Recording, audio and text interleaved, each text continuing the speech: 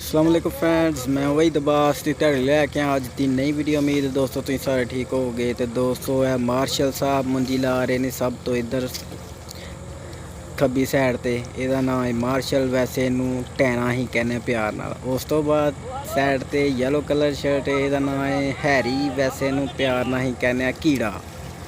उस तो बाद इधर दे आशर दा यार प्यार वाला नाम है ਉਹਦਾ है नेहा कक्कड़। तो उस तो बाद इधर शहरी साहब जी, ਇਹਦਾ नाम ही प्यार नाल कोई भी नहीं कहते, शहरी की कहते जी। उस तो बाद इन्होंने सारे नाल जेड़ा अच्छा बंदा ना फास्ट मंजी लाना, वो है भाई साहब जी धूना सिंह।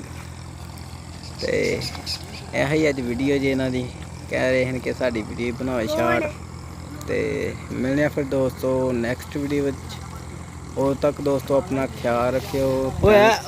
बंदा भी लाण दिया मंजी। हाफिज़। तो साढ़े चैनल में सबसक्राइब कर लियो। अल्लाह हाफिज़। खुदा हाफिज़।